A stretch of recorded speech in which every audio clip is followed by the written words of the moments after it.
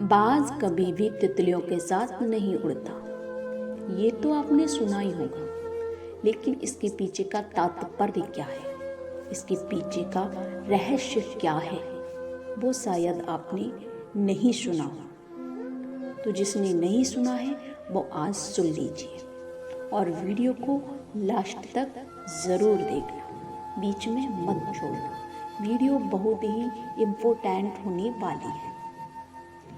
तो गाइस, ये कहानी है एक बाज और तितली की। एक घने जंगल में एक बाज रहती थी। ऊंचा सा पेड़ था और उस पेड़ पर उस बाज का घोंसला था।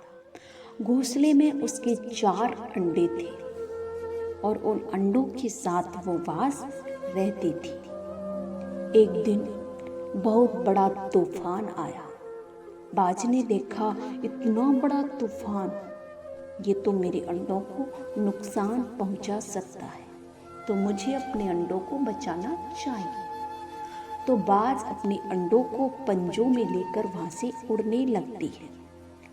जैसे उसने उड़ान भरी तो बाज का एक अंडा पंजे से फिसलकर जमीन पर गिर जाता है।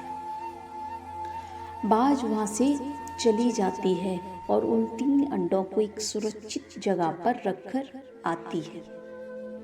आकर फिर अपने अंडे को ढूंढती है, लेकिन उसे अंडा कहीं भी दिखाई नहीं देता।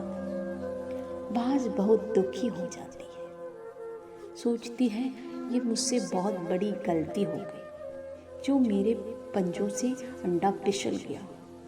अब तो वो नहीं रहा होगा। इतने ऊंचे से गिरकर वो कब का टूट कर बिखर गया होगा। अब वो जीवित नहीं होगा और दुखी होकर वहां से चली जाती है। लेकिन वो अंडा काफी घास में गिरा हुआ था, इसलिए उसका कुछ भी नहीं बिगड़ा। वो एकदम सुरक्षित था और वहीं पर वो अंडा पड़ा हुआ था, लेकिन बाज को वो नहीं दिखता है, तो वो तो वहां से चली जाती है। लेकिन वो अंडा जिस जगह पर पड़ा था वहां काफी तितलियां रहती थी। अंडा एक दिन फूट जाता है और उसमें से बाज का एक सुंदर सा पक्षी बाहर आता है। वो पक्षी इधर उधर देखता है तो उसे काफी तितलियां दिखाई देती हैं और वो तितलियों को ही अपना परिवार समझने लगता है और उन्हीं के साथ वही रहने लगता है। तितलियों के साथ वो रहने लगा।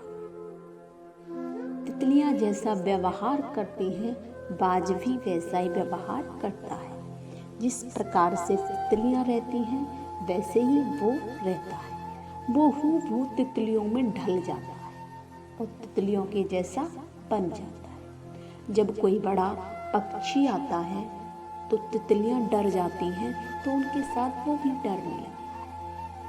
एक दिन उसकी माँ बाज अपना शिकार ढूंढते हुए उसी जगह आती है, तो बाज को देखकर सारी तितलियां डरने लगती हैं और साथ ही वो पक्षी भी डरने लगता है।